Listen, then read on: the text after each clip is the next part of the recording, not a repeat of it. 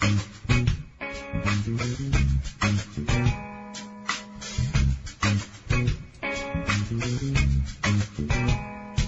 surpriser in the sky, standing in my way. Why, oh why?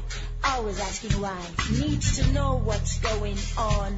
Under pressure, proving his existence, losing confidence, filling holes with anything but consciousness about himself. Greed is taking over for spectacular events. Information for the mind is stirring to the body. Welcome to the Cosmic Reality Radio Show, where our hearts are our masters. Your hosts are Nancy L. Hopkins and Walt Silva.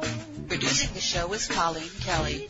The theme song is called Disturbance and is written and performed by Renate Jet and Jet Music.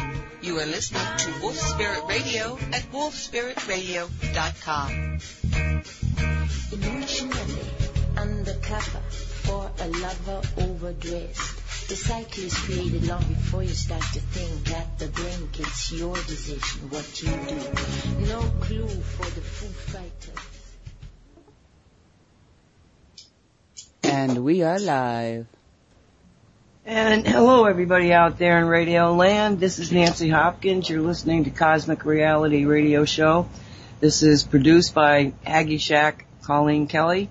And Walt Silva is my co-host, and the date is July 19th, 2016. And how's everybody doing? How you doing, Colleen? You all right tonight? You know, you had a little tummy problem, but we're a little better. Yep, a little better. Got my spearmint tea and a little bit of honey. That's the trick, spearmint tea? For me it is. I can't do peppermint. Spearmint seems to help settle my stomach some. Huh. Wonder why. I don't know, but I grow it and it works cool. Better than Pepto-Bismol? Ugh. All I remember doing is throwing up every time my mother gave it to me. I guess it worked. Well, whatever works, I guess. And does Walt work tonight? How you doing, Walt? Sorry, I lost track of time. Oh, so hey, none of us have ever done that. You caught me. Well, we're here. How you feeling?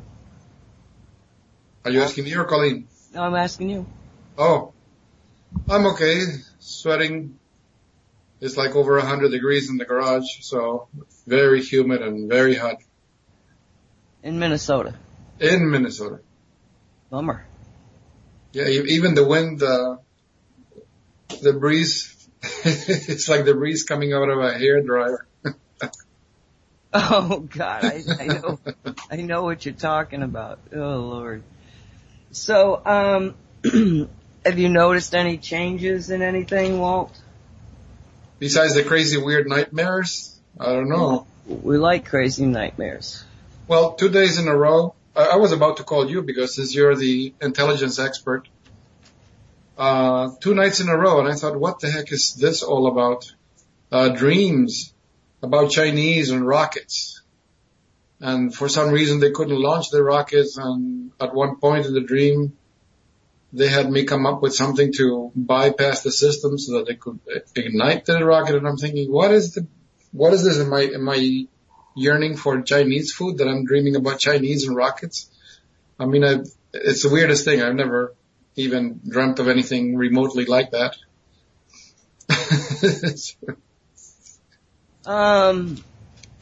Okay.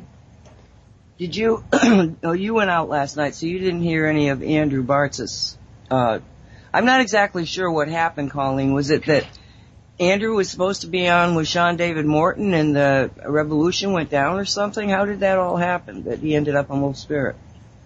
I'm not real sure, but I do know that Revolution Radio went down completely, apparently. And JP had told him, come on over to Wolf Spirit Radio. We can go ahead and have our talk here. And Sean David Morton was on, and Andrew Bartzis was scheduled to be JP's guest on JP's show which, you know, JP also does through Ever Beyond and Revolution Radio and all that other stuff anyway. So they just did it on Wolf Spirit Radio. And, man, I don't know what the heck happened, but we had trolley kind of people coming in from the woodwork with that one. Why? Tell us. What did you see? Well, there was a lot of racist comments. There was some just there must have been about, I don't know, I want to say maybe 5 people started in, and their black backgrounds in the chat room and all kinds of weird stuff they were typing. And then somebody posted gay porno pics. Sorry, I missed those. Male on male. Oh. And just was like, what the I thought, heck? Isn't there someone assigned to moderate all this stuff? Well, we were moderating, we were deleting and banning left and right, Vanessa and I. Do you have the power? Does the system give you the power to knock out chatters so that they can't log back in to the Chatango? That's what the ban is. You ban them and they can't come back in, at least not with that IP. Now, some people, if they've got a changer or something, an IP changer, I don't know what that all entails, but they might be able to. Oh, it's easy. They use Tor. I showed Nancy. You use the Tor browser to go to Wolf Spirit Radio. Well, let's not tell them how. But yeah, Vanessa and I were going crazy there for a while, and they even, not just on Wolf Spirit's chat, but on Haggie's chat as well. So, I have a moderator in there as well, and luckily she caught them. And I then later went to bed and woke up early this morning. I mean, like middle of the morning, night thing. And went in, and there were some still coming in, not nearly as bad as what we had, but it was like... So it was like the attack over the internet shills. Something. I'm like, what the heck is going on here? We haven't had even trolls, who come in just to diss the host kind of stuff for a long, long, long time. Well, they're desperate. Their reality is becoming unraveled, and they don't know who to attack. Well, I'm just like, are you... People, they're talking about unraveling a reality. That's a big no-no. I don't know, but it was quite the experience, I'll tell you. Got my adrenaline pumping. Well, she writes me and she said, are you listening to chat? And I went, no. So I go over there and I go, well, there is nothing in chat. What the heck happened to chat? And only to realize that after when I talked to her that they deleted everything and blocked everybody. Wow. But what Andrew said was pretty astounding, because remember when on Sunday's show when I was on with you with Say What After Simon, and I said to you that I felt like we had returned to the Ascension timeline, the 1992's timeline that I had jumped from to the Nazi timeline? Yes, you did say that. Okay. He came out and he said that on Saturday, which would have been, Saturday the 16th, that everything was in a brand new, this was hour 1, day 1 of the new reality. Okay? Hour 1, day 1, what date is this? I'm sorry. Saturday. Oh, Saturday. At the same time frame that, I felt this collapsing of, that the Nazi timeline had started to collide with the Ascension timeline. Mm. Because all of a sudden I'm sitting here and I went, I'm home. I just felt like all of a sudden I was home, and everything, well, the word is vibrant. Everything was more vibrant than it had been moments before. All of a sudden, just boom, wow. That's amazing. And so Andrew confirmed down to the date that something massive had happened on Saturday.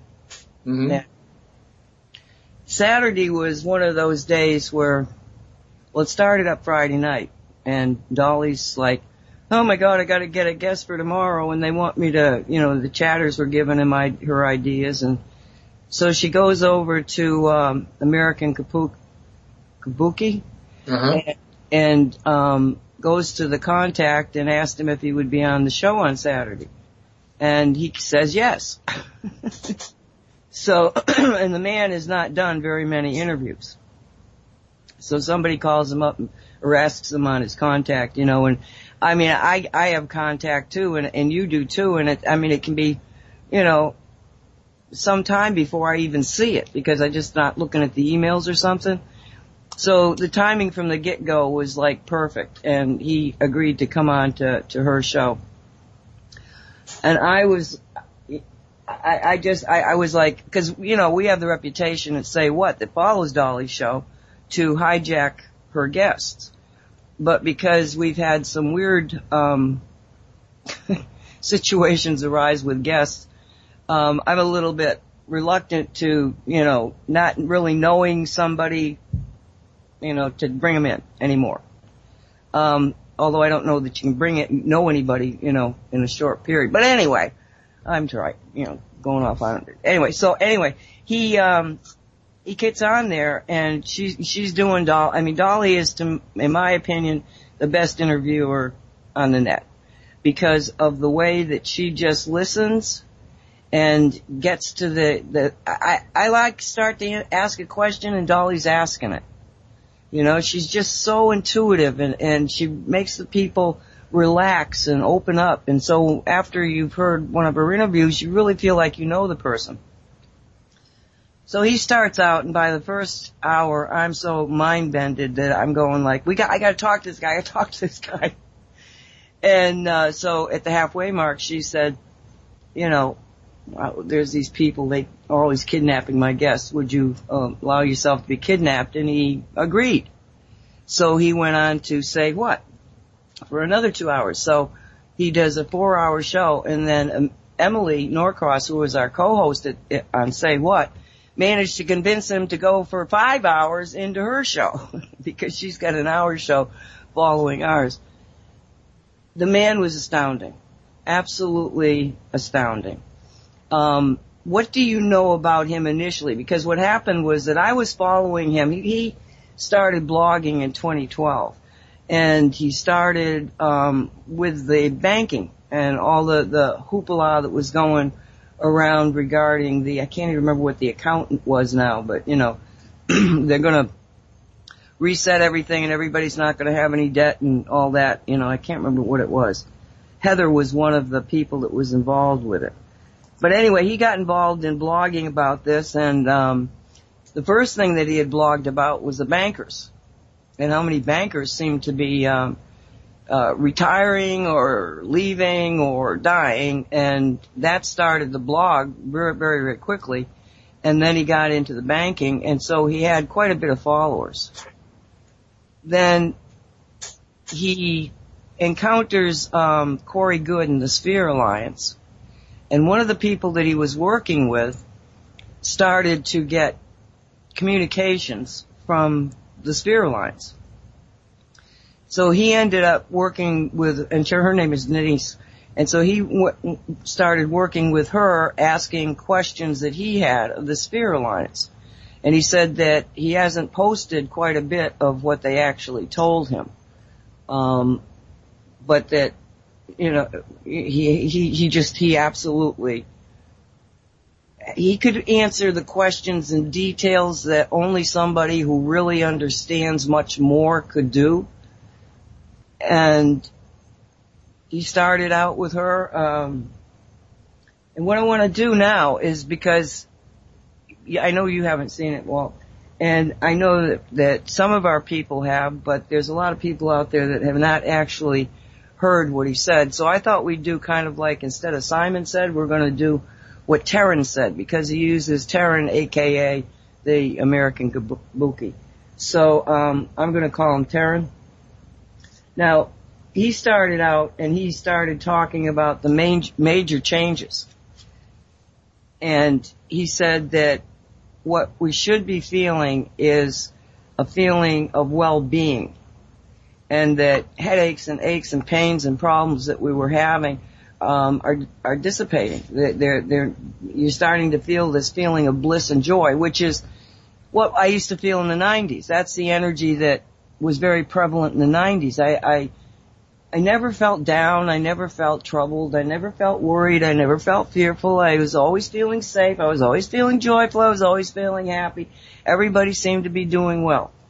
And then boom, we jump timelines and, you go the other way. Oh God, I'm always thinking about something happening, and, you worry and you have all sorts of issues that are happening. Well, when I hit on Sunday or Saturday night, but I think that the fact that he was able to present this 5 hours of information was critical to the time change that, Andrew was talking about.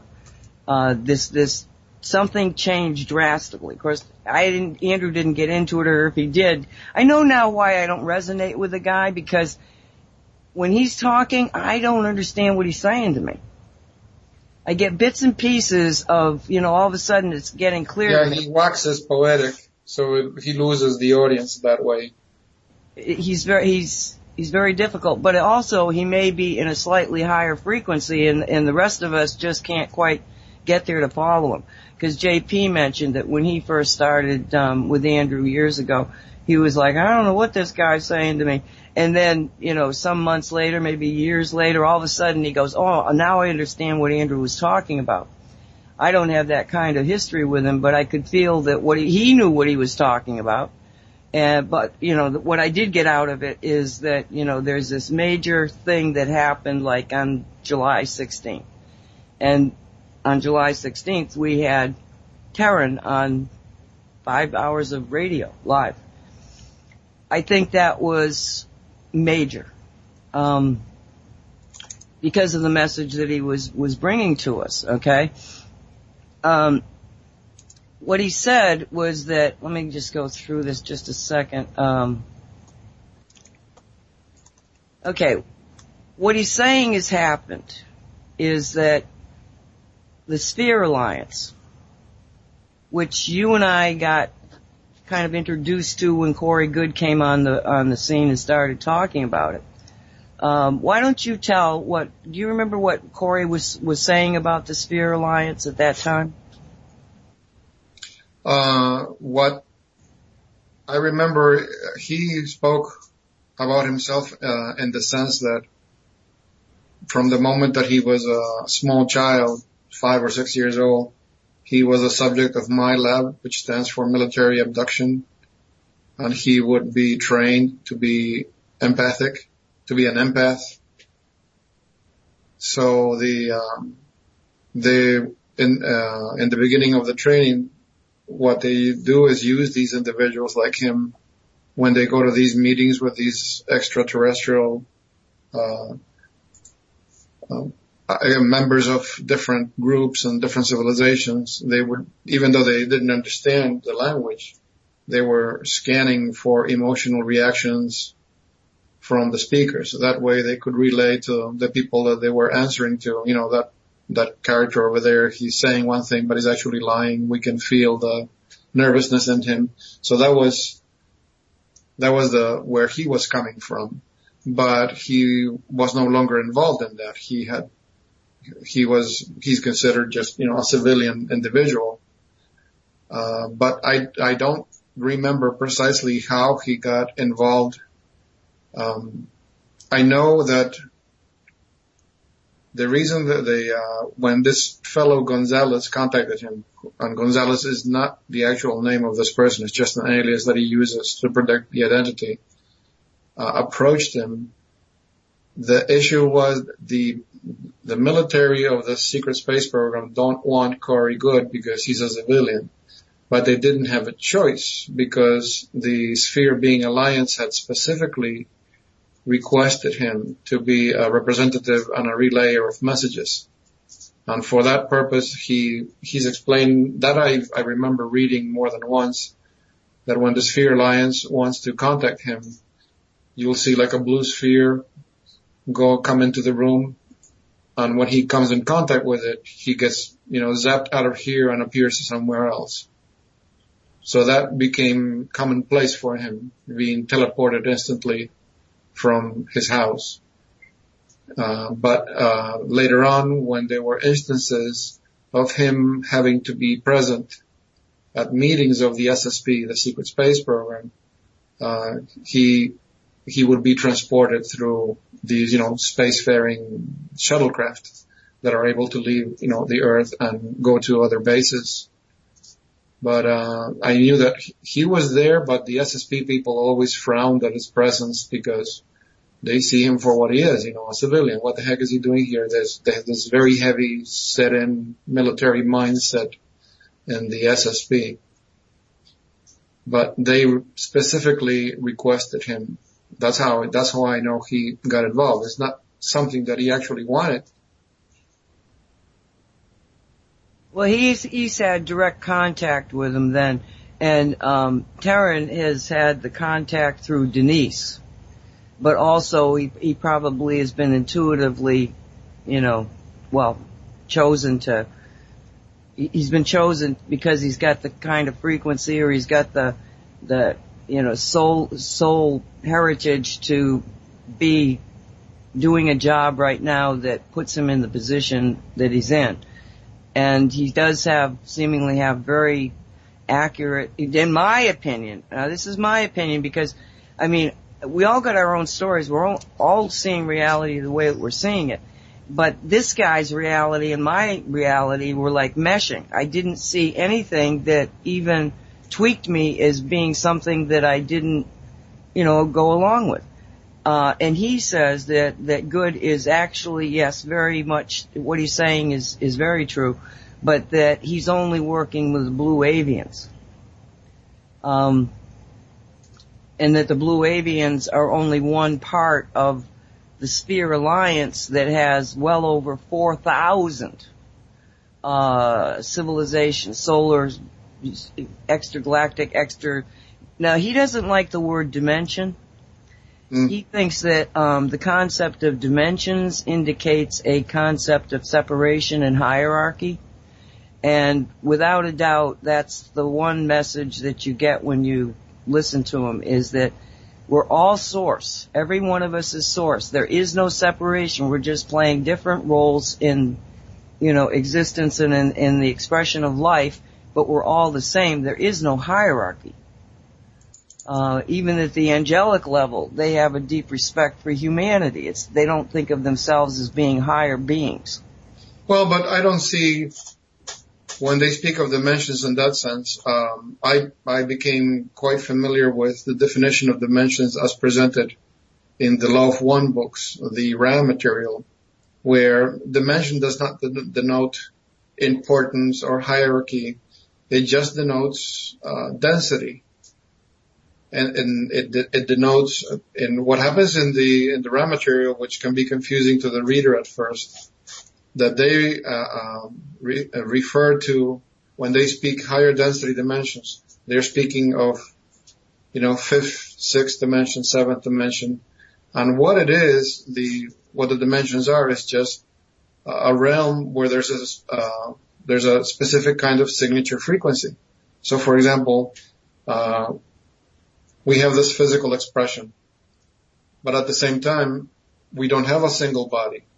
We have 12 layers of bodies. And for example, the etheric body, which is the nearest body to the physical, unless you have psychic vision and you have open third eye and stuff like that, normally walking down the street, you don't see people's etheric body. Why is that?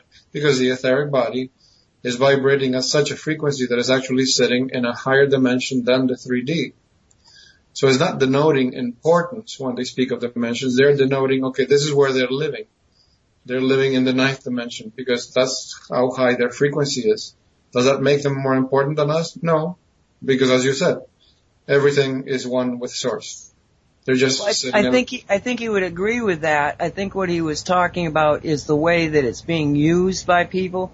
That somebody who's in the sixth dimension is a higher being, knows more, is more important. You know, that we want to be in the fifth dimension. You know, he that was what I think he was talking about, was the that makes sense. That makes sense, because a lot of people make that assumption. Oh, this entity is from sixth dimension, and they must know everything there is to know, right? No, not really. If they did, why are they here interfering and playing with all of this? They're just another version of the source, and, you know, not better or just different. You know, that's it. It's just different. What got me, and he started this thing off pretty quick in the 5 hours. He had a near-death experience. And he goes through, you know, some detail of what that all entailed. But then he says to Dolly, do you want to hear what happened at the end of the NDE? And she's like, well, yes. Now I didn't even pick it up the first time around. It was the second time around. This is a recent experience for him, or very long ago? No, this was back in 2012. No, I'm sorry, 2009. He was, it was MRSA that the doctors finally said he had, but God only knows, it might have more likely an attack of some sort. But he, what's MRSA? It's I think it's a potent virus, or I think, Colleen, do you know exactly what it is? MRSA? It's some kind of an infection that can get right through systemically through your system. Do you know more about it than that? Well, I know that it's an infection and that antibiotics won't touch it. A lot of people who go to the hospital, whether they're having surgery or not, come out with MRSA. Now, supposedly we all carry it, just like we all carry a cancer thing, but somehow it's activated or something in the hospital, and it's very, like I said, antibiotics won't touch it. I know that some people have been able to get rid of it through natural sorts of things, or at least that's what I've heard. But I know Dad went to the hospital, and when he come back home, he said they told him he had it. One of my daughters went to the hospital, and she contacted it in there as well. And they have to keep them longer, blah, blah, blah, you know. But that's pretty much what it is. Well, that's what they said that he had. He's, you know, but what happened was that, he proceeded to tell a story about the end of this near-death experience. Now, for those of you who have been with us from the get-go, you'll know the stories. But it becomes important right now to kind of like go back in time. I wish I had that thing that JP plays, you know, back in time to when Walt and I first got together and started talking about building a new reality. Now, the concept there is that, as Walt finally realized and explained, is that the old reality is working perfectly well. Why would we change it? It was designed to keep us in the dark, keep secrets from us, to keep knowledge from us. It's working perfectly. So we decided that it was a lot, maybe impossible task to be able to change the old reality. So if reality is what we think it is, why don't we just take a piece of space and place and create a new reality? Now, at the time that sounded like crazy, but we called this show, you know, Reality Sci-Fi. Well, then we were into the Shungite. Walt was working with different devices that are based on Orgone and Shungite and probably things we don't even know yet. And he creates a cube. Why don't you just kind of explain what the cube is, Walt? Well, the cube was a variant of. I had first developed for you the Shungite spiral. So there's this implosion coil spiral, and it's activated by the presence of Shungite that's making the connection between the ends of the wire. So if I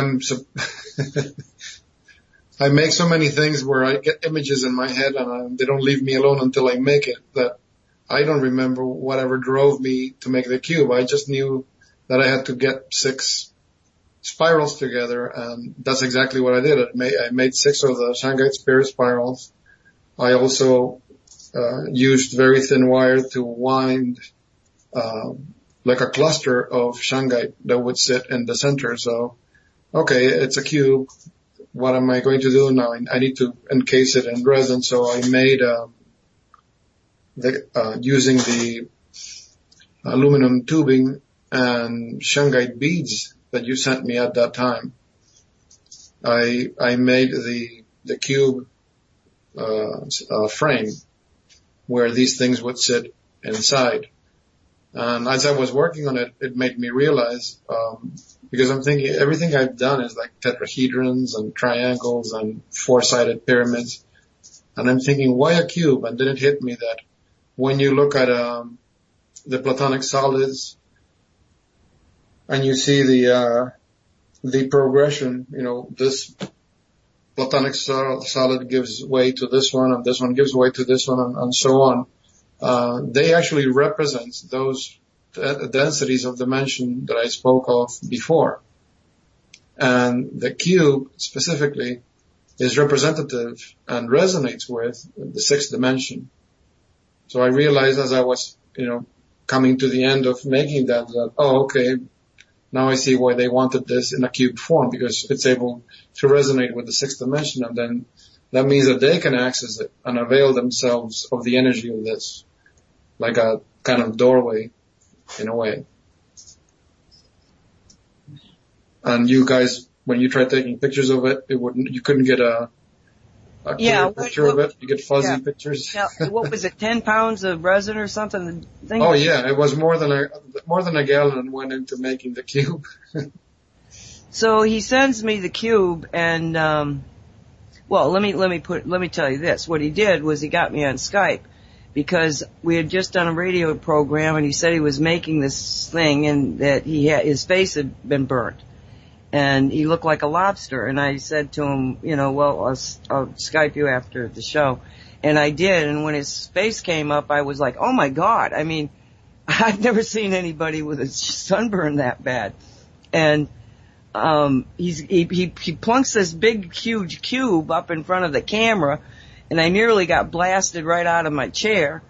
And I'm like, Gaia, what am I going to tell him? And she says, tell him to turn it off. So I said, turn it off. And he says, what? And I said, turn it off. He says, how do I do that? I said, I don't know. Just turn it off. Tell it to turn off. So he goes into a focused meditation in order to turn this off. And I'm trying to help him from my side. And I feel it shut down, but he says to me, I don't think it turned off. I said, yes, it did. Just put it on the ground and ground it out. So he picks it up, and now I don't see him because he's leaned down and put it on the floor. And when he came back up and put it back in front of me and he looked it in the camera, his face was completely okay. There was no red at all.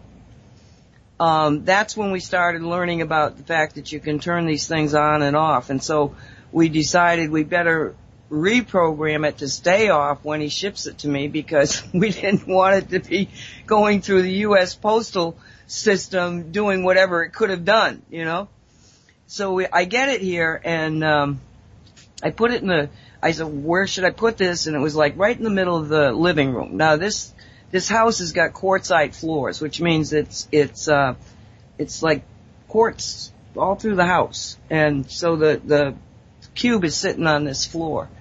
And I told it to turn on, and it starts cooking, and it started to it was like exponentially getting more powerful. And I said, okay, all right, I think maybe we're at high enough level, because I didn't know where it would go.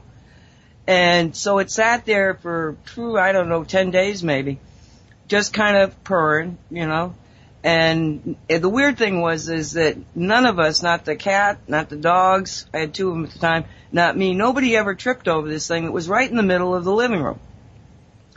So then Stephanie comes over with her sister, and she walks in the door, and she looked at it, and she said, that thing doesn't feel like it's even on. And I said, no, it turned itself off. And so we sat there, and we kind of like communicated with it, what are we supposed to do? And we were both getting the image of it had to go out in the yard in a sacred space that we've worked for decades, that we call the Merkaba. And so we decided, okay, well, let's do that. And I pick it up and I start to move it, and as I touch it, it starts to turn on. By the time I get out the back door, I laid it down on the fireplace and backed away from it because it was just, the energy was just increasing, and I didn't know what it was going to do, and I was trying to get into sacred space. I'm trying to be this, really grounded, sacred person. I'm going to do this amazing thing. I don't know what it is, but it's going to be amazing. And the cat, I don't know what it was, but the cat or the dog or somebody stepped on somebody, and there was this loud scream, like a screech, and it was like, it just cut through me, and I was like, I don't care about being sacred. I want to get this thing where it's supposed to be. And I grabbed it, and I was virtually running out to the Merkaba. And Steph's following me, and out there's a glass dome that had all sorts of other things in it. I said, let's just put it in the glass dome. So we pull it off, we put it in there, we put the glass dome back on it. And I'm looking at it, and I can't focus on it. It's like vibrating.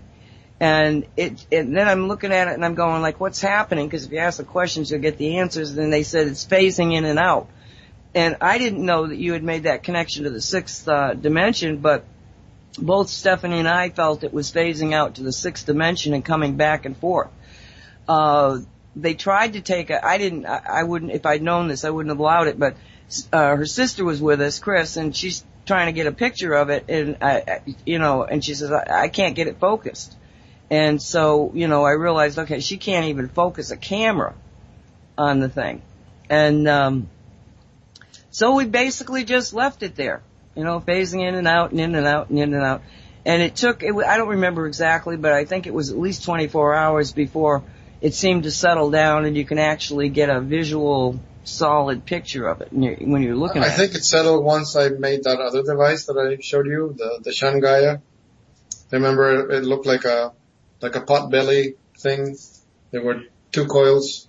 Right. I don't remember what, the timing. I hope we've got records of it, but it did settle down. And, so then we kind of left it there. Well, to make a long story short, we ended up getting after that, he makes a reality dialer that allows us to take other spirals that he's making that are, let's say, emitting frequencies like of joy, of abundance, of, oh my God, I don't even know. There was at least 24 of them that we were putting in there because anti-tyranny. Yeah, anti-tyranny. The rose, the pink rose for protection. I mean, it was all sorts of spirals that were being put into this reality dialer, which was really a radionics box that was, the shungite was involved in the circuitry. So, and we keep them in there until I got the message, all right, we want another one in there. And what was happening is that this reality dialer was tied into what's really a crystal computer. It was a pile of almost every imaginable mineral that you could have in a normal environment. I mean, there's ruby, there's emeralds, there's diamonds, there's quartz, there's green quartz, there's tourmaline, there's everything I had was a piece of it was on this slab of quartz, and I'd just been doing this for years. And when I first worked the reality dialer, the spiral was the first thing. You sent me the first spiral, shungite spiral, and that when I brought that into that room, they had me put it very close to this to me it was a pile of minerals, and as soon as I placed it where they wanted it, all of a sudden these minerals started to emit, like boom, like they'd just gotten turned on. And I asked, what's happening? And that's when they told me that this thing was really a computer system. So then the next piece was the reality dialer, and then there's the cube that's out in the Atlantean vortex area. So what happened was that as we would put in these energies, they would go through the computer system and be transferred to the cube. And the cube was locking them in to place in space, creating a new reality. Now, whether this was a fiction of our mind or not, we were at least having a good time doing it. You know, and we're building a story about building a new reality. Kind of unbeknownst to me, Dolores Cannon had been talking about two worlds, two Earths, that there would be an old Earth and a new Earth, and that, you know, they would just sort of kind of exist simultaneously and then sort of pull apart. Maybe what we were doing was kind of enacting a storyline in order to explain how that happened. Because Amelia Benz taught us that, yes, you can change out your kitchen table just by changing it out, making a change to the molecular configuration of what you got there to begin with. But in 3D, you need a story. So the story is that you put this out on the street because you've replaced it with something you bought from the store. Same effect, but could have been done a lot easier. And that's when Walt and I began to understand you have to have a storyline in order to do certain things in the 3D. And, you know, we're just kind of like stumbling through this and learning as we go. So we've got this cube out in the yard that in our storyline is sort of like locking in a new reality that's based on the components of emotions and of sort of like stipulations as to what we want to see in a new reality locked into it because of this reality dialer. And, you know, and this went on. We went on show after show telling about putting in the new energies and all that. And then okay, so now I'm seeing like a structure. I'm seeing almost like a superstructure of this new reality that's still kind of tied to the old reality. But my question was at that time, what are we building? I mean, okay, we got all these things that are, you know, have to be part of the new reality, but what are we building? And just at that time, we started becoming aware of the SSP, the Secret Space Program. I mean, we knew about it, but now it began to trend, and we started finding out more and more. And Corey Goode came out, and Randy Kramer came out, and you know, it was the trending thing was to, oh my gosh, they got the Secret Space Program, which then I began to realize looks like space. What do they call it? Star Trek, and I started calling it the Star Trek universe. All right, so what happened on Saturday is this Terran tells about the last part of his NDE. And I really probably should have taken the segment and played it here, but I'm not going to. I'm just going to tell you, you know, what he said. He said that he was in this really nice place. It was all white. It was all friendly. Everything was good. And all of a sudden, somebody approached him in this, you know, he's a near-death experience. Somebody approaches him, and that he felt really kind of bad about, I mean, he didn't like them. There was something negative about them, and he felt it. And then he is shown, are you ready for this? A hypercube. Okay, he called it a hypercube. All right? And he said that I couldn't figure out what he was saying. It was something, it sounded like it was a hypercube Tesla act, was what I heard him say. I know it was Tesla, but I don't know. It kept sounding like act no matter how many times I played it back. And I meant to look this up if I could find it. But anyway, he's talking about this hypercube that he's looking at. And he described it and some other things about it. But it's this hypercube. And remember, we got this cube, this reality cube we call it, that's jumping between the sixth and the third dimension out in the yard. And so this entity says to him, we need to change this. We need to stop this cube. Oh. Okay. All right? Okay. And he said, no, I can't do that. People will die. Right? Because one of the stipulations in the new reality is nobody gets left behind. If you don't agree, if we don't build the new reality, no matter what happens, people are going to die. If we go into the new reality, nobody dies. And so he says, no, I can't do that. And he said as soon as he rejected this mission to stop this cube, he ended up in the hospital bed. Oh. I'm sorry, coincidence and synchronicities are thoughts in action. So what was his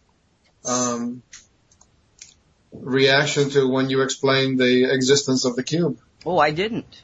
I never had the conversation with him. Okay, because I didn't when I listened to the Dolly show, I didn't pick up on this. I remember him talking about, but something got in my way. I just lost focus on the cube thing until I went back today to listen to it again. And that's when I went, oh my God, no wonder I wanted to talk to this guy. It's too bad I didn't realize what it was about. Wow. But, okay, so,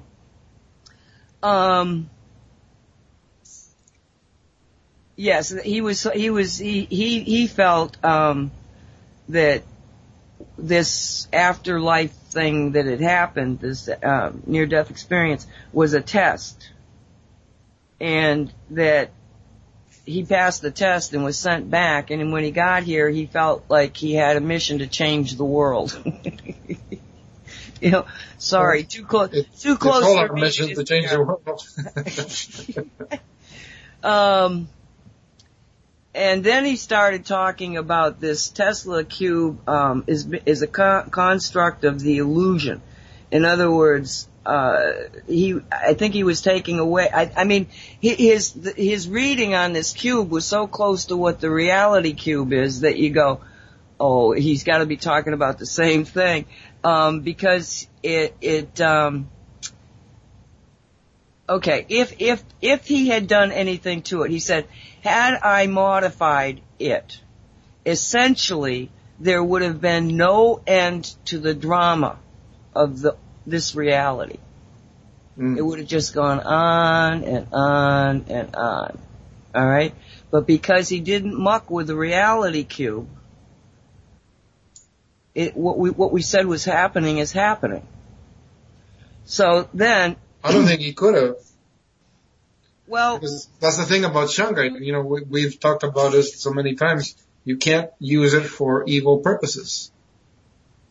So he would have had what do you call it? An unpleasant surprise had he attempted to muck with it. In my opinion.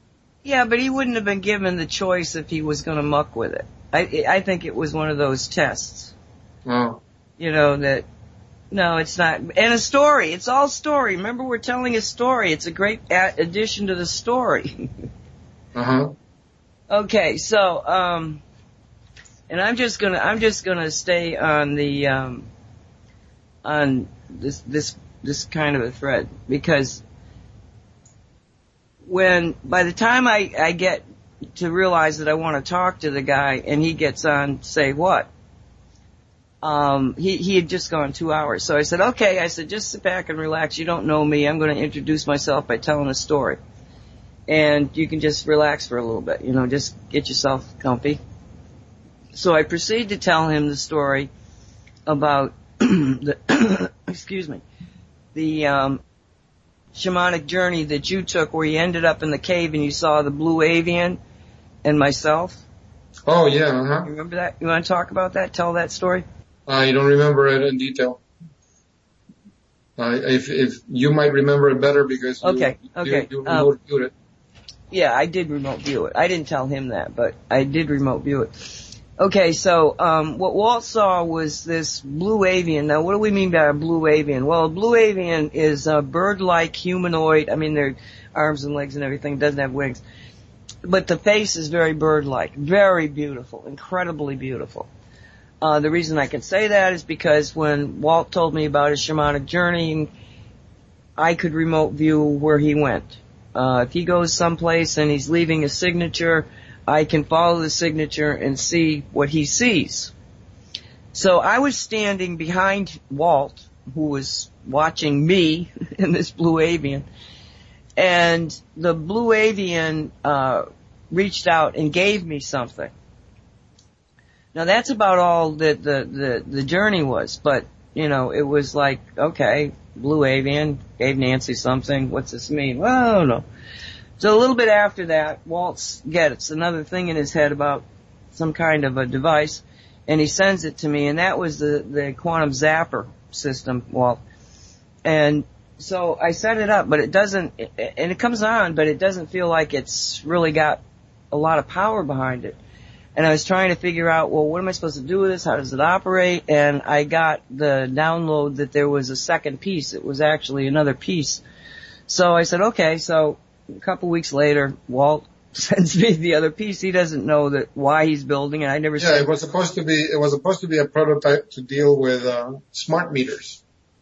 It was that triangle thing, and I put that seal of the Syrian Council in the middle of the triangle, and it had the three magnets set up in a specific pattern, because the purpose of that device is that we found out that when you sandwich a magnet in shungite, the magnetic lines actually accelerate way faster than their normal speed is supposed to be, and it starts producing. And I thought, in my limited perception, I thought it was producing tachyons, but since you were remote viewing it, you saw that it was producing neutrinos.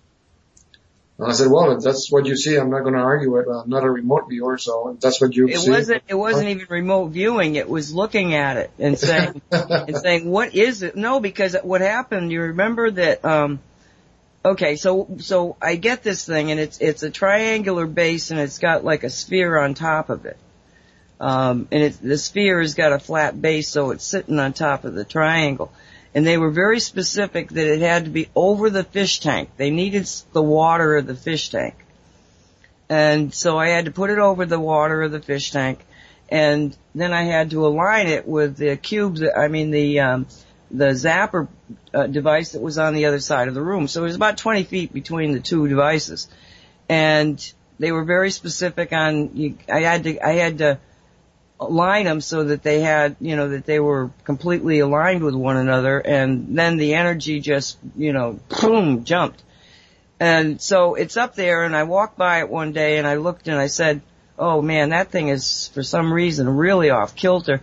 And I put my hand so that my entire hand was right over the sphere, and I got such a jolt of energy that it kicked me back away from it.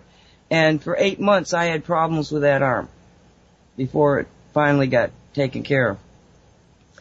And when that happened, I'm like, what the hell just happened? Well, you just put your hand through a neutrino field. Oh, okay. That's how I. And the crazy thing was that you were able to, specifically, you were able to feel the pain in the arm when you made that pose, the same pose that you used to touch it. You said to me, every time I make that movement, that same gesture that I used to touch it, that's when I feel the more intense pain. Yeah, that was the only time. There was no aching. There was no, it was a specific position it was like somebody stabbing me. And it would be just an instantaneous of it. It was the most peculiar thing. I've never had anything quite like it. But anyway, but when I set the system up, I sat back down and I'm looking at it and I'm going like, well, okay, what's this about, And I get this, I can feel where, when somebody's talking to me, like the spirits and the ETs or whoever's talking to me, I know who it is because I know their signal and I know where it's coming into my head. And this signal came in and I'd never felt it before, and I was like, whoa, who are you people? And they said, well, we're the Blue Avians. And so I immediately checked with Gaia, is this a real thing? Is this really happening? Are they your friends? You know, what should I do? And she was like, yes, they're our friends. I called them here. They're helping out. They're going to keep everybody under control. The thing she told me was that the Sphere Alliance was here to police the area, the solar system, while this great transition occurred, and that nobody could possibly muck with it. That was what I got from her. So I am saying, all right. So then I go back to the transmission, and I'm like, okay, so what is this thing about? And they said it's a beacon.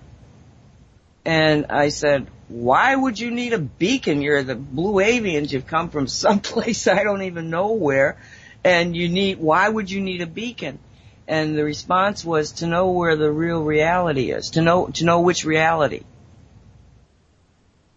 So which would make sense, because if they're looking from the vantage point of a higher density, they would be looking at multiple coexisting realities. You know, which one is the one we want to work on, or which one is the one we want to fix our attention on. Yeah, they could geographically in the 3D get here, but then you're into the concept of different realities. So, you know, how do you know which reality, which timeline, if you want to think of it that way? What they were looking for was the timeline where the human beings had awakened to a point that the Sphere Alliance would be allowed to help, that would be allowed to succeed.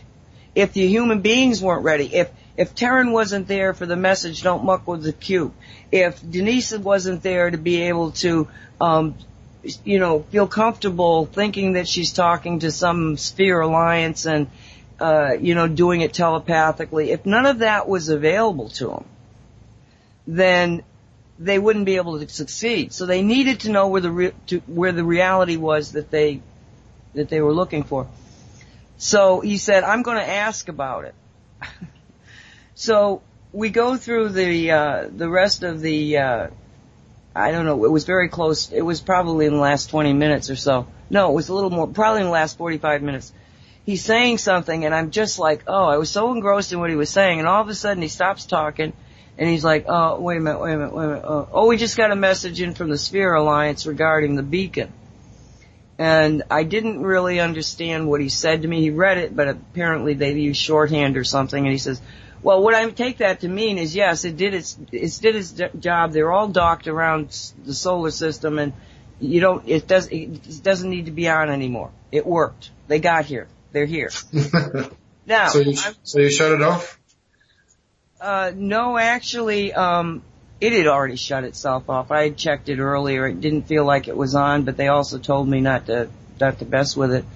But what I did do with it was I said, well, you don't have a job right now, so can you, neutrino blast the entire Skype system that works with Wolf Spirit and Ever Beyond and Haggy Shack and never let us go down again? And they seem to be doing that, hopefully. Nice. Okay, so now it's the top of the hour, and when we come back, I'm going to go into what it was that Terran said is happening, and please don't leave now, because it's just too damn interesting. You guys got some music? I do. Walt sent me Entheogenic.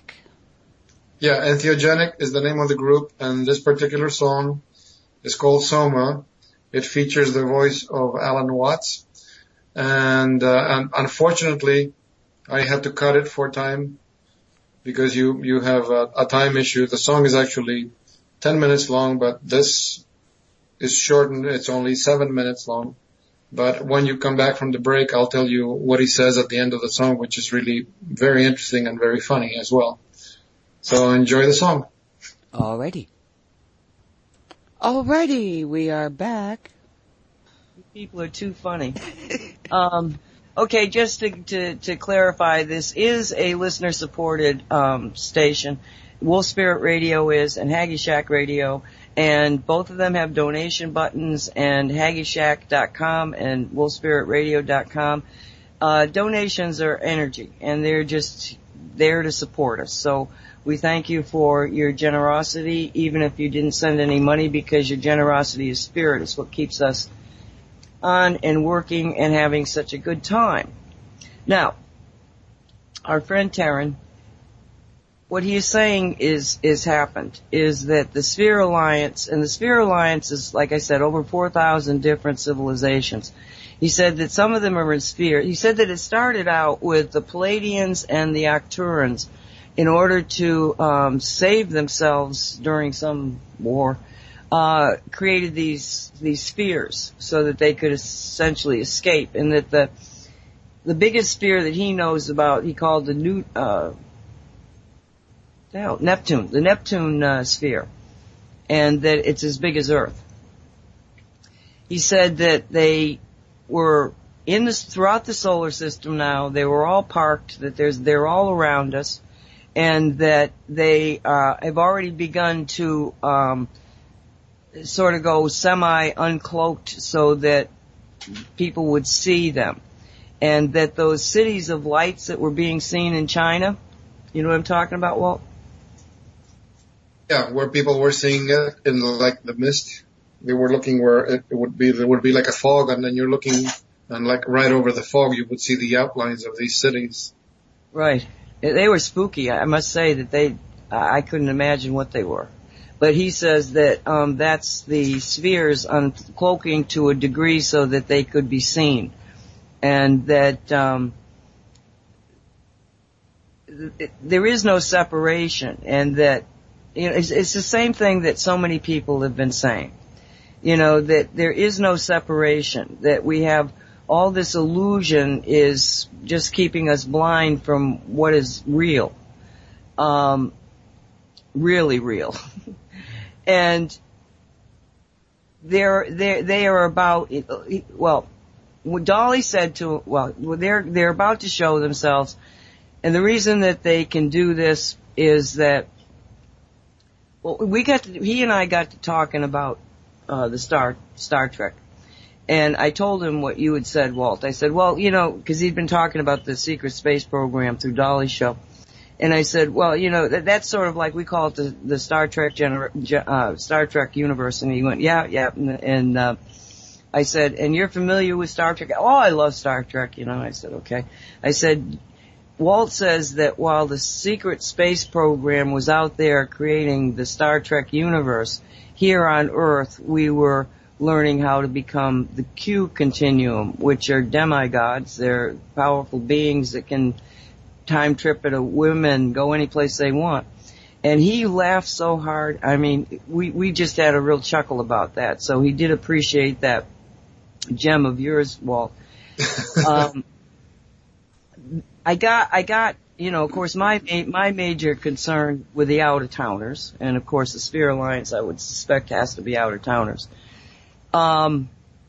is that you can't muck, it's the prime directive. So I asked him, I said, well, in the Sphere Alliance, do they have the same prime directive that they have in Star Trek, i.e. that you cannot muck with somebody's society or civilization without the permission of that civilization? And I think he asked me, well, who's going to make this, you know, representation? And I said, well, anybody that's awake enough to be able to make it, you know, to understand the ramifications of it. And then an interesting thing happened. This is the first time in what was now 3 hours. He lost the question. And he proceeded to continue. It was almost like he started answering it, and then he jumped back to the conversation he had been having before I asked him the question, and he was detailing that part of it more, and he completely did not answer that question.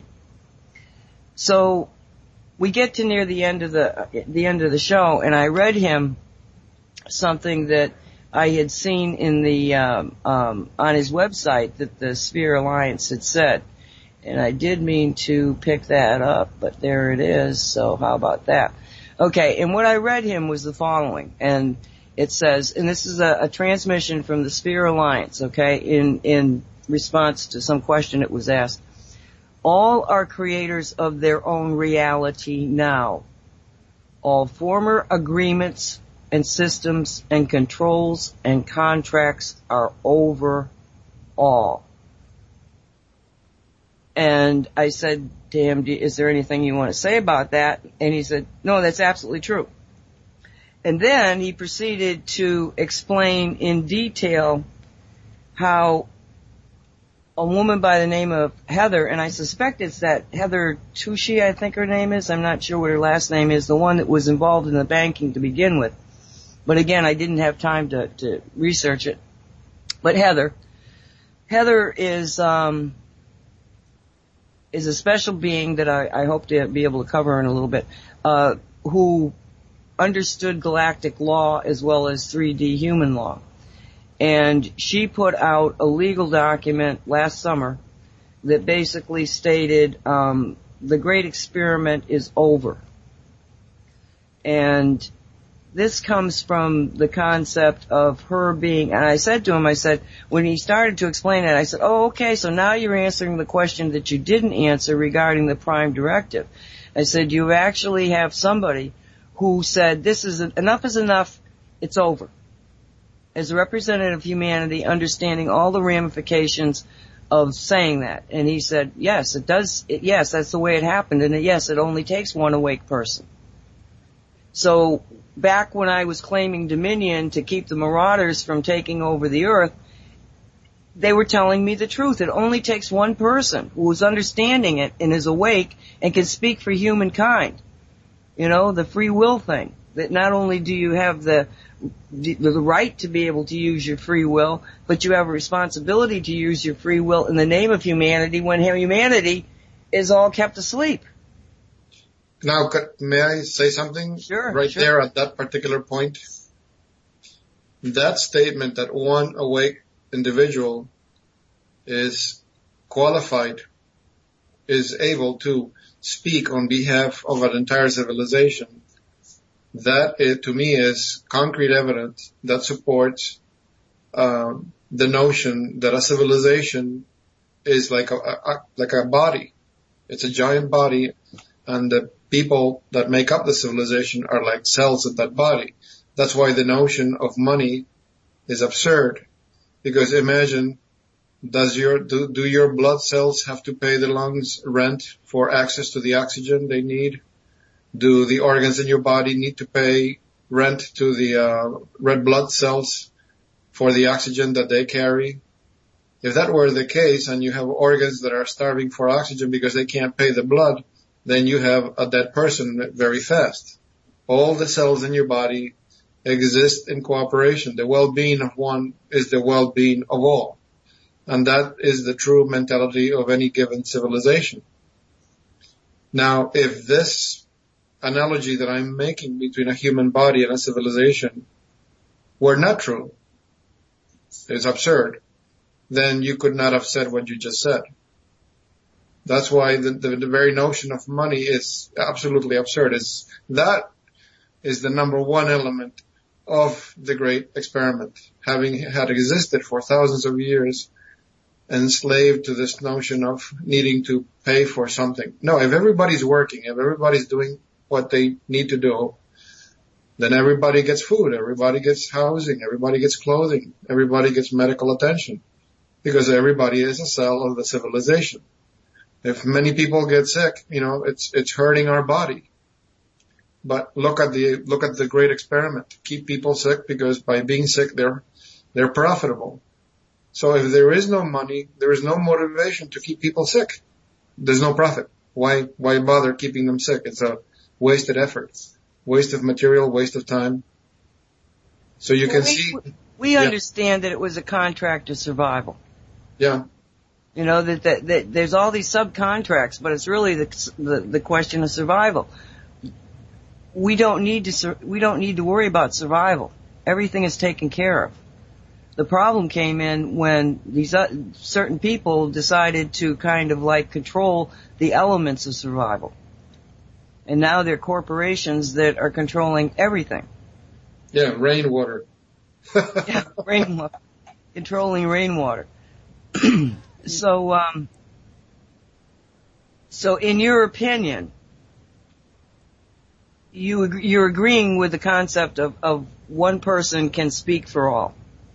Yeah. To me, it's proof positive of the other thing that I said. So, yes, if you have an awake individual, because if we're all connected by the genetics, that's it. I have other evidence to back up what I said. The Colleen recorded interview with a psychic assassin by NLE Events for the radio.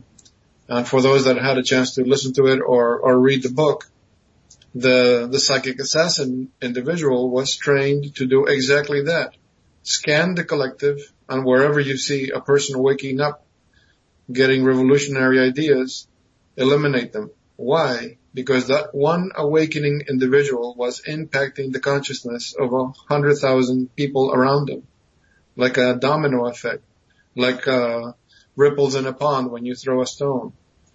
So that awakened individual is going to start awakening the neighbor, and that is going to start awakening the next neighbor. So no, we got to kill it, nip it in the bud.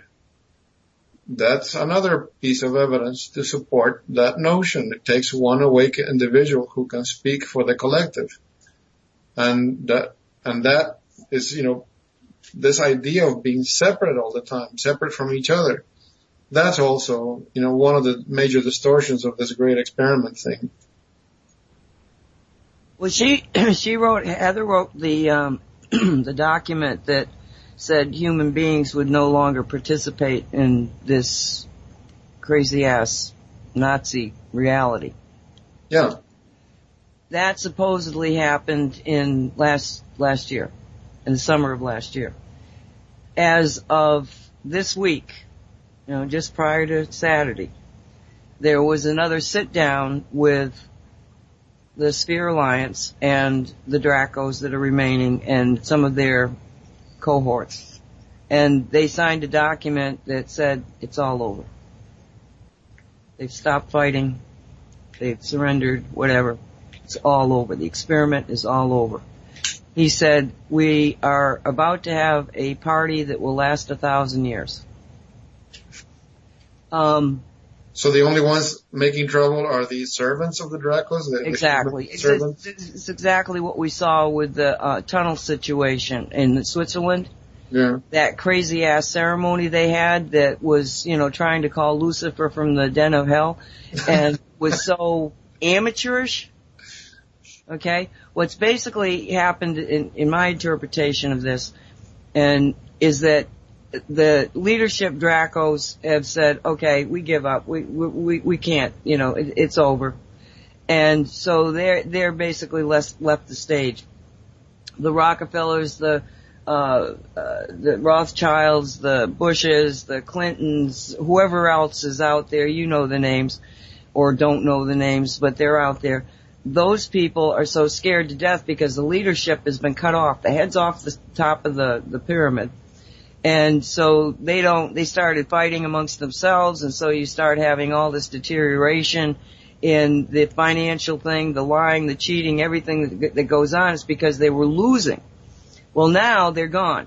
And the Rothschilds, well, according to Ben Fulford, a lot of the Rothschilds have already gone into hiding. Yeah, they're now living in Switzerland. Right. And well, that's where they think they are. I don't think they're there, actually. But who knows? It doesn't matter. They don't have any control either. But what's almost, and he talks about it, he said that, the minions, the people that are sort of on the ground controlling everything, even though the leadership is gone, they're still kind of like still trying to control, still trying to survive. And so you're still getting this one I loved this one. We've had a rash of these, terrorists attacking and terror things and the truck running into those people and, horrible things happening. But every time it happens, everybody goes, false flag, false flag. Nobody is falling for it. All right?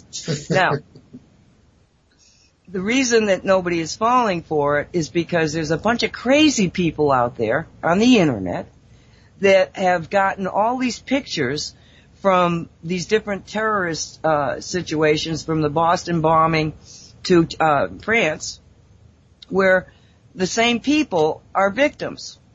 It's been virtually proven that there is a bunch of actors who are acting out these tragedies. Yeah. As a matter of fact, somebody, I guess it was Mona Radler says, she puts up this thing, and it was from Craigslist, and it was soliciting actors to do stage terrorist events here in Miami. And she said, be careful, they're about to have a terrorist event, they're looking for actors.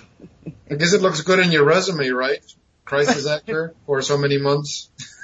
Got my leg blown off in France and my head twisted. Yeah, I mean, come on.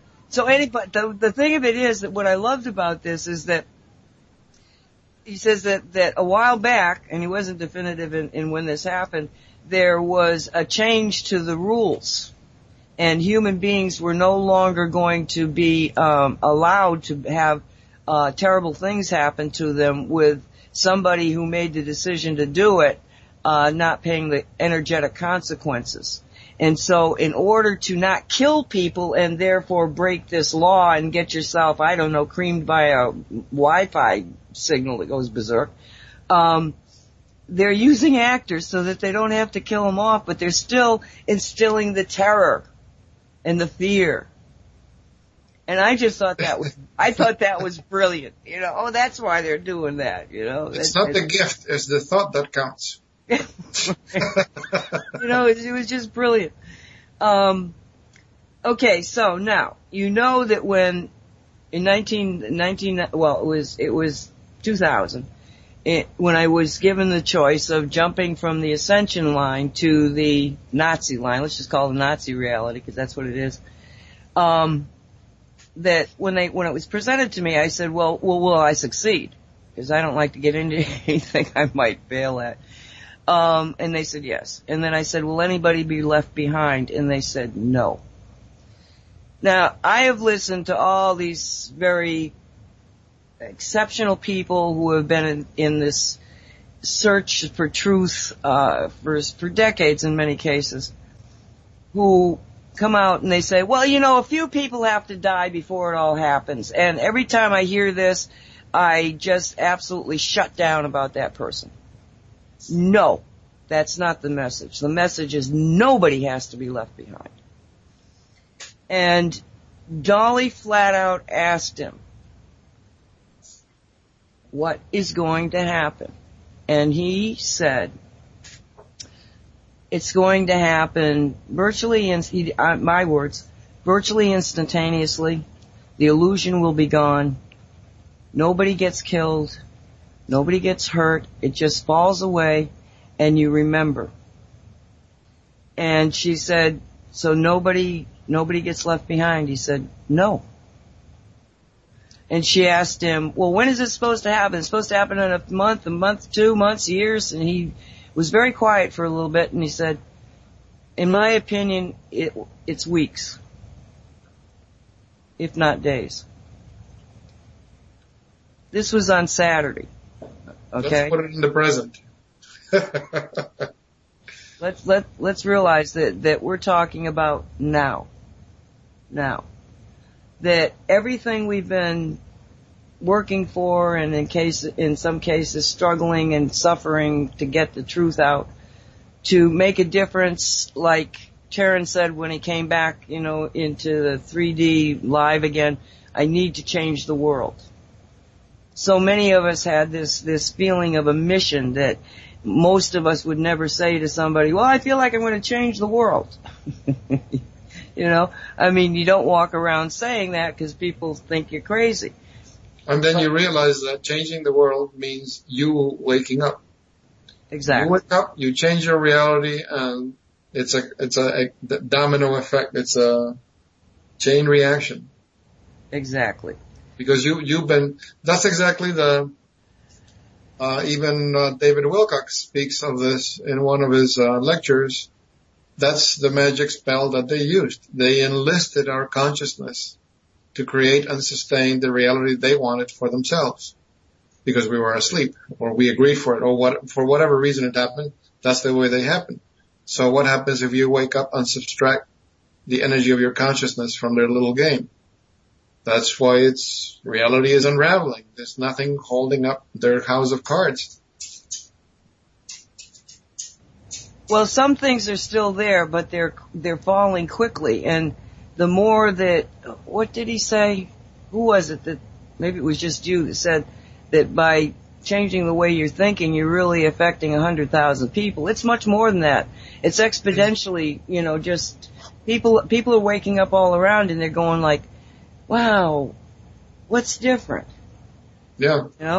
And everybody, when JP was with us, he's saying, well, people have to make a choice, whether they want to wake up or not. And I don't feel comfortable with that. And I'll tell you why. The kid is sleeping in the car. You just came back from a long trip. The kid's sleeping in the car. Do you wake the kid up and say, do you want to go in the house? Do you want to keep sleeping in the car? No.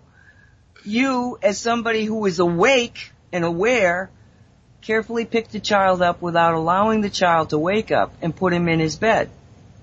Now, when the kid wakes up and finds out he's not in the car anymore, he's in the bed, does he freak out and say, oh my God, what happened? No. He gets up and goes on with his life. That's what I see and have seen from the get-go of how it's all going to happen. And he says, the illusion's going to fall away, and you know what? The houses are going to be there, the water's going to be there, the animals are going to be there, there's going to be species of animals that, I was really lamenting the fact that some species had just gone extinct. And I was kind of, okay, so I might have been yelling and I might have been swearing about, when is this going to stop? All these beautiful creations are just disappearing, and when is it going to stop? And Guy said, oh, don't worry about it. They're already in the new earth. And I was like, oh, okay, that works for me. And then months after that, Jean Rockefeller had, I don't remember I think it was she was meditating and ended up doing a shamanic journey kind of thing. And she found herself someplace, and she said, Nancy, there were animals there I've never seen before, and blah, blah, blah. And I said, oh, you went to the New Earth and you saw the new animals. And she was like, oh, it's beautiful. So, someday very soon, you're going to be going about your life, and all of a sudden, everything's going to change. And Dolly was concerned about, are they going to know it? Are they going to realize it? And he said yes, because the major change is that right now, George Patton was a previous lifetime that my higher self experienced. My higher self being, Source. So Source experiences George Patton. And on his deathbed, George said, I will remember. So then Source says, oh crap, he said they gotta remember. Oh, we better make somebody that can remember. So they create this Nancy Hopkins who comes in remembering everything George knew, because she was never told that incarnation didn't happen. It doesn't happen. It was like, oh, okay. And then there was a lot of other people living in my brain. Memories of past lives. I thought everybody did it until I was 12 years old, and somebody said, are you crazy? Well, along those lines, Dolly wants to know, Nancy, do you think that you and Taryn are connected, that you know each other from a time before, or were maybe brought together on Saturday for a reason? We were definitely brought together for a reason on Saturday. As far as being connected, I think we're all connected to everybody. I think that, okay, it goes back to the concept, one of the things in cosmic reality that I wrote as a cosmic reality rule and sort of understood, but knew that I really hadn't grasped the full implications of it. And I don't remember which rule number it is, but it's a rule that says there's an infinite number of souls. And again, the Sphere Alliance is saying that there, what's he call them? Let me see if I can find this. That there were, he calls them essences. okay, that there were 11 original essences, and that those essences created 100 other frequencies, which is considered the second wave of creation. And that second layer, the 100 different versions of themselves, in essence, were the gods of myth, Zeus and Thor and, Athena, and all of the gods were actually this 100 essences, and again, not a hierarchy, as a refinement of creation, and that what we are is a mix of these various different 100 frequencies, and somehow the 11 original frequencies. So like Heather, supposedly, the reason that she woke up and was able to do this is she was actually one of the original 11 at some point in existence. But all of us are going to find that at some point in existence, we were one of the 100, we were one of the 11, or many versions of the 100, or many versions of the 11, but it all comes back to source. Everything we are is source. Everything we see around us is source. It's source energy. So there's no higher or better or whatever, but we're all connected at the source level.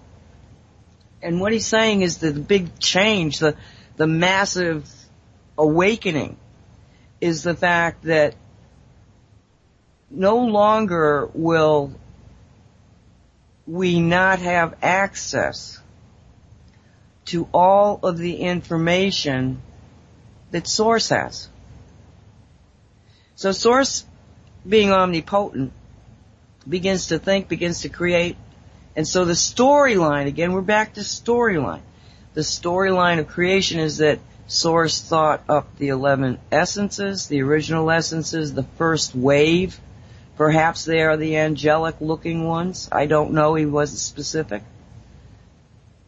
Then they created 100 other essences.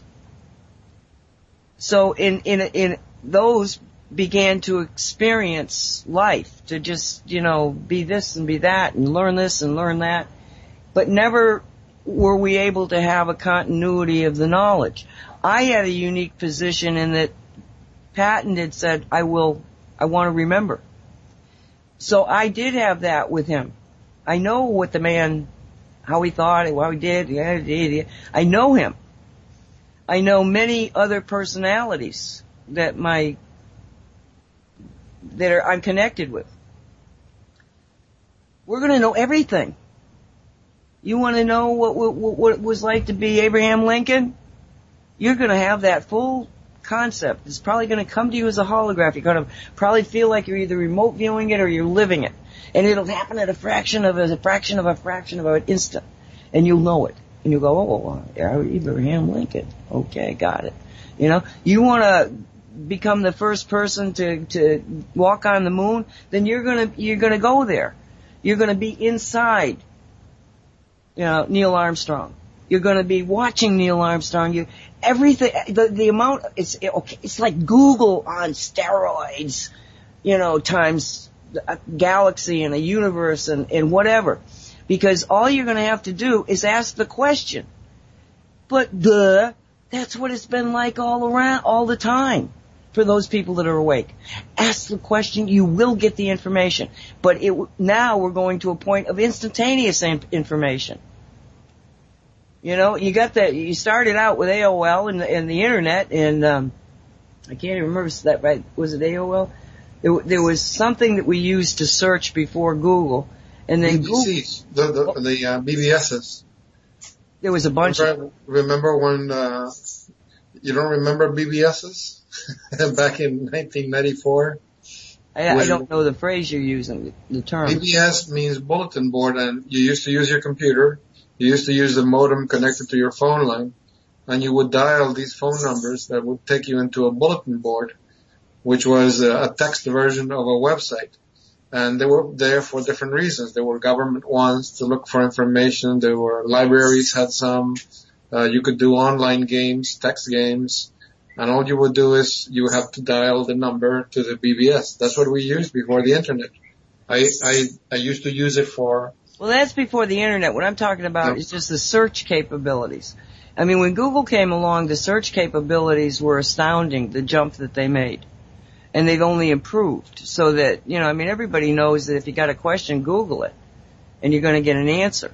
Yeah. Well, that's where we're going, is that, now you go onto Google and you get the answer, but when this transition happens in the next week, all of a sudden you're going to ask the question and have the answer. You're not going to even have to choose which website to look at. You ask the question specific, you'll get the answer. That's what he says is the massive change that's about to happen. Jim Self has been speaking to that for some years now when he does his workshop. He says the answer is at the point where you ask the question. And many people would look at him saying that they didn't get it, but now you do get it. Also, to go back to your analogy of the child sleeping in the car and, the parent taking it inside and putting the child to their bed, this connection that we are, yes, all connected. We are the human collective.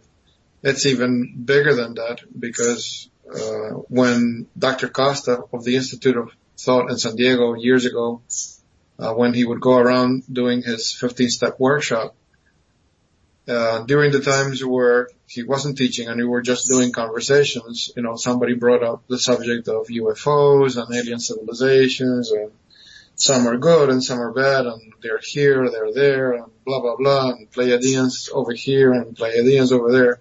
So, and he just listened, patiently. And then somebody asked a question. Okay, so if they're so advanced and they can travel the universe and blah, blah, blah, what the heck are they doing here in this backwater country meddling in our affairs? And he looked very serious and he says, because they can't move forward unless we move forward. There is no disconnection, sentience, consciousness, it's all part of the oneness. So if we don't make the grade, if we don't survive, if we don't evolve, their evolution is screwed. So yes, they have to mind us and make sure we don't destroy each other. And he wasn't joking, he wasn't smiling, he said it in all seriousness. Well, Terran is saying that, what happens on Earth is going to change everything, everywhere. That's why he says we're going to be celebrating for 1,000 years. I'm up for it. I like a good party.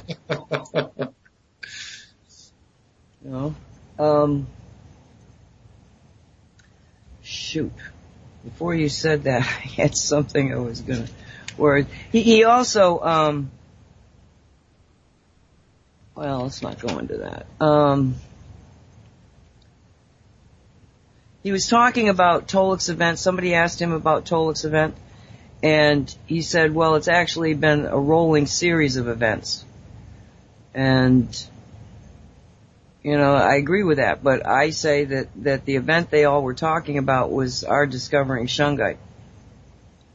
That's my take on it. He talked about Antarctica and that there was an intelligence base there that was being sort of like used by all concerned, and that it was shut down. He talked about the Nazis and the connection to the ETs.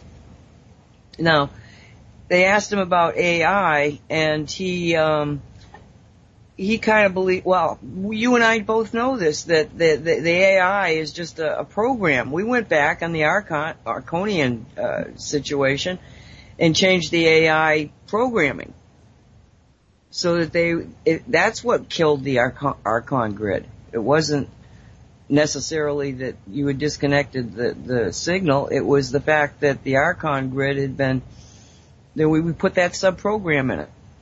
So that was, again, something that he sees AI as being not that big a deal.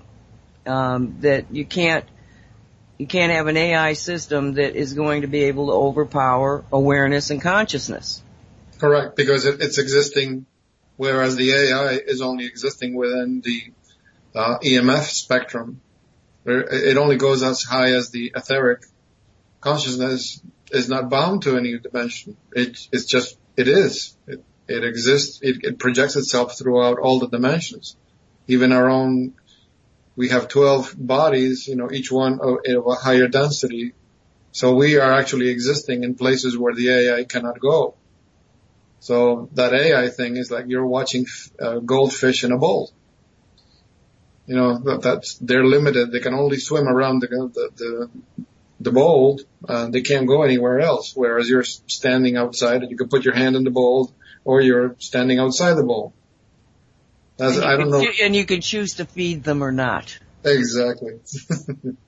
He did talk about harmonizing the dark and light, which is within us all. But he continually went back to the concept that everything is love frequency. And I did say, well, there is the love frequency that's the source of all, but the love frequency can be, have all these sub-frequencies within it, so that you have all these, because he kind of like balked when I said it's an energy universe, and it was like, no, it's love energy. Yes, but the energy can take different forms, and he finally but the most important thing is love conquers all. Dolly said, so you're saying love conquers all? And he was like, yes. He did that's the sad thing about these. Remember when we were speaking about Simon and his being able to get out from under Anu's control or interference? Right. That's one of the things I was commenting in the chat. It's kind of sad that these beings are impervious to love and they have no receptors for it, because with love, heck, you can even communicate with rocks and stones and crystals. Well, he respond to love. he continually acknowledged the sentient being of minerals and animals and everything else. But again, it was everything is connected, and that a mineral is there to basically experience what it's like to be a mineral. But the human being is in a position to experience so much more. So it's not levels of experience, it's just types of experiences. We've all probably been a rock. I would assume we would have to have been. Well, that's the Paramahansa Yogananda. I don't know if he wrote it, but he would often quote a metaphysical poem regarding the divine. Says how the divine sleeps in the rock, blooms in the flower, sings in the bird, and wakes up in man. It's everywhere. It's everything. That's a nice thought. He also talked as the heart being, that there is heart-based telepathy. He said that the telepathy that we use when we're using our pineal gland can be accessed by other people. But that the heart is sort of based on your own specific frequency and cannot be the heart. If you're sending a telepathic message through the heart on the frequency of love, that it cannot be interfered with. I guess it's like the ultimate secure communication. Rumvalo Melchizedek explains it in his book, Living in the Heart. And the explanation that they give, I've seen not directly, but I've seen mention of it in Yogananda's material, that in the issue of communication, like telepathic communication, the heart is the receiving station.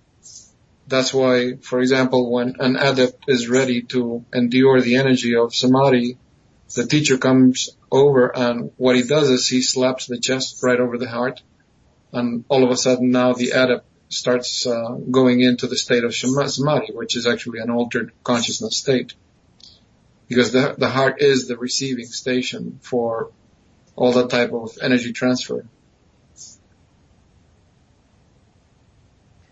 I'm just looking through to see if there's something else. There was so much in it, really. Yeah, he said he's talked about the I am as being an eternal essence that is in the human being, and that the I am consciousness is where you have access to all this information, that you're one again with source, at least at that level. And it should last for a very, very long time.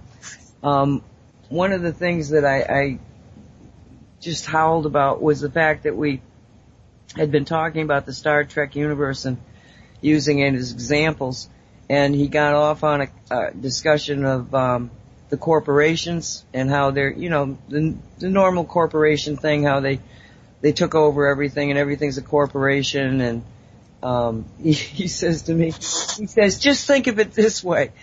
It's a Ferengi. We're in the Ferengi reality. And for those that don't know Star Trek, the Ferengis were always buying and selling and buying and selling. That's all they ever did. Data and they were introduced in an episode in Star Trek The Next Generation. They became a permanent fixture when they came up with the Star Trek DS9 series. The Ferengi became a fact of life because DS9 had been originally a Cardassian station. Then the Cardassians left Bajor. So the DS9 became like a trading post, managed by Starfleet personnel, Benjamin Sisko. But in the episode in Star Trek Next Generation where they were introduced, it was Data who, in order to describe them better to the captain, because they don't have no notion of money, he says that they were comparable to the old traders. Where they travel all over the world trading on everything, furs, commodities, whatever they can find. So that's where they were looking for they were always looking for the next thing to profit from. Well, the Ferengi are about to be expelled from apparently the entire universe. But it comes down to the concept of, that we've all got the dark and the light in us. And one of the things, it was you, Colleen. You said that, wasn't it possible that we had people who were inside the machinery of the control that were enlightened beings, and that, it would fall apart from the inside. And he confirms that too. He says that a lot of these light beings, I forget, he called them universals, that they're implanted within the structure of what is the control mechanism, and that when Source says it's time, these people will just kind of pull their individual plugs and it'll all go away and the illusions will cease to exist and blah blah. Nobody got hurt. We're in a new reality. He didn't muck with our reality cube. It's a great story. What more can I say? It's a great story. And if he's right, we're going to know, rather quickly, one way or the other. You guys we got about 5 minutes left. Do you want to say something here? Either of you? I thought it was kind of fun getting to meet the other players in the story. We're doing our thing and we don't know who else is out there participating in the story. So I think that was rewarding for you, huh? It just confirms, and plus the fact he's got access to a lot more, let's say 3D details, because they're talking to, my attitude is if Gaia needs something, that's the other thing. I didn't get into a question with him about Gaia. I'm not sure where they stand with the concepts of creator gods, that there are creator consciousnesses here for each of the planets. I believe that, in addition to Gaia, we have Terra for Mars, and we've got Jupiter, all of them, Mercury, Venus, all of them, the Sun, that there are creator gods. And my understanding is that the creator gods of the solar system really were the ones that said, okay, enough is enough. You know, and maybe they're the 11 essences. You see 11 gods in a lot of mythology.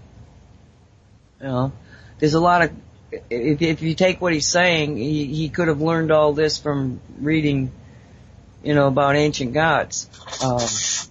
But if we're looking at it from the standpoint of just the evolution of humanity, it's one thing, but this seems to go beyond that. It's the evolution of everything in the universe. And to me, that is absolutely includes creator gods, creator consciousnesses. And yet I'm not hearing people talk about them. I didn't ask him. It didn't occur to me to ask him. But my understanding from Gaia was that they called in, she and the others called the spheres in, the Sphere Alliance, to protect what was happening here, to, you know, let's just, everybody take it easy. We're bringing in the, you know, a policing action of people who are not really involved with the details on the ground. They're going to be here to keep everybody quiet and contained until common sense kicks in and Heather says, well, we're not going to let you do it in the name of humanity anymore. You can't muck with us like this.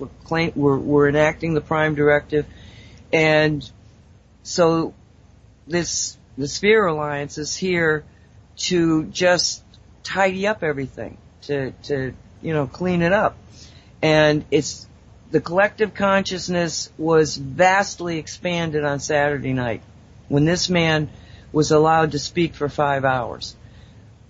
I personally am incredibly honored to have been there with him. Something was happening that night. We all felt it. We all knew it.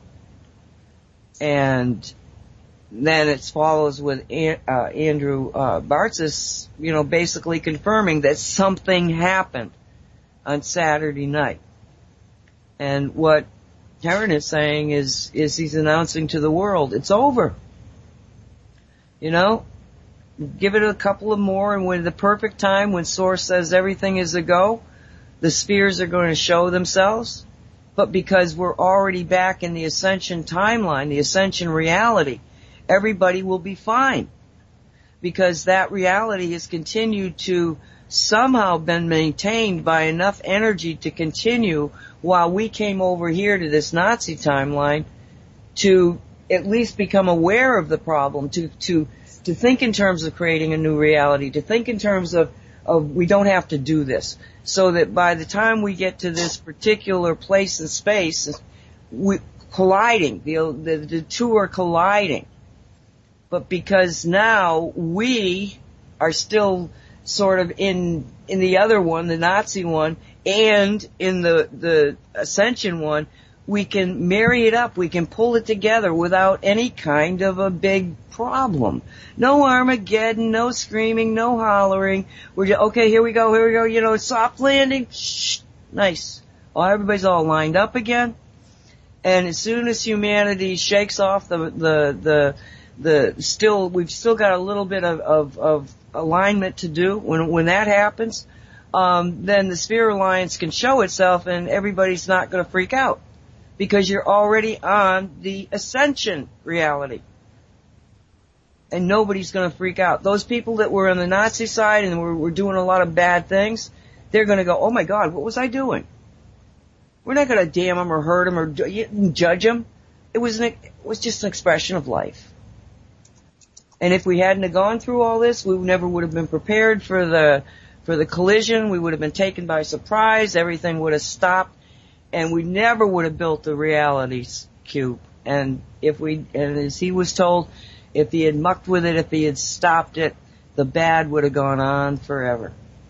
But no, the bad is not going on forever, and we are going to go on forever, but not tonight because it's the end of the show. Walt, I just looked at the clock. Walt, any parting thoughts? Nope, I think you've covered every single facet. So I take it you will be interviewing him on any of the other available shows, or even this one. Hey, I just do whatever happens. I'm I'm not planning at this game, you know. I mean, whatever happens. If Dolly books him again, sure. Oh, okay. It'd be interesting, you know, what other updates, what other info he's got access to.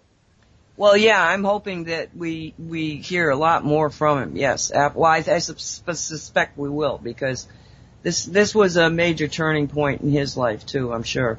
Because we've got the audio, and when that thing really gets cooking out there and people start listening to this man and getting that into the collective, I think that's going to be the tipping point. Colleen, anything? Are you mic'd? Yes, I am muted. Dolly has a question for you in the other chat group. Here, make sure you look at that. Where is it? The one you got up? The Dolly, Nancy, Annette one. Oh, what's she saying? Well, I didn't want to put you on a spot or anything, so I just wanted to make sure you look at that while I got you here, live. Oh, sure. Yeah, whatever she wants to book. Okay. You heard it here first, Dolly. Oh, I can't thank her enough for being who she is, because she just goes with the flow too, and she's, you know, it's like Walt. He has to make that device. Well, she has to ask these people. She doesn't even know what she's getting herself into, and she's brilliant. And of course we can't do it without you, Colleen, so thank you very much for your producing. And, Colleen and I will be back on Wednesday, and then we've got, you know, well, there's so many good shows on Wolf Spirit. Stay with us. Walt, thank you so very, very much. I so appreciate you, thank you, and thank being my co-host. Who was here. Say again, hon? Thank you, and thank the audience for bearing with us. Yes. I hope we instilled some joy into them. You know, we're going to party for 1,000 years. Bring your own. Wow. And no more beer bills. It will just flow. No more telling people that they're not the best there is. Everybody is the best there is, because you're all source and you're all reflecting back into the experience of life. I'm out of here. Bye, guys. Be safe. Have a really good night. Week. We'll see you next week. Good night, everybody. Night. Several federal gatherings make it ring in my ears, bring tears over the years. People stop believing, achieving, feeding the whole land in the end. You've been listening to the Cosmic Reality Radio Show with Nancy L. Hopkins and Walt Silva on Haggy Shack Radio at haggyshack.com. Simulcast to Wolf Spirit Radio.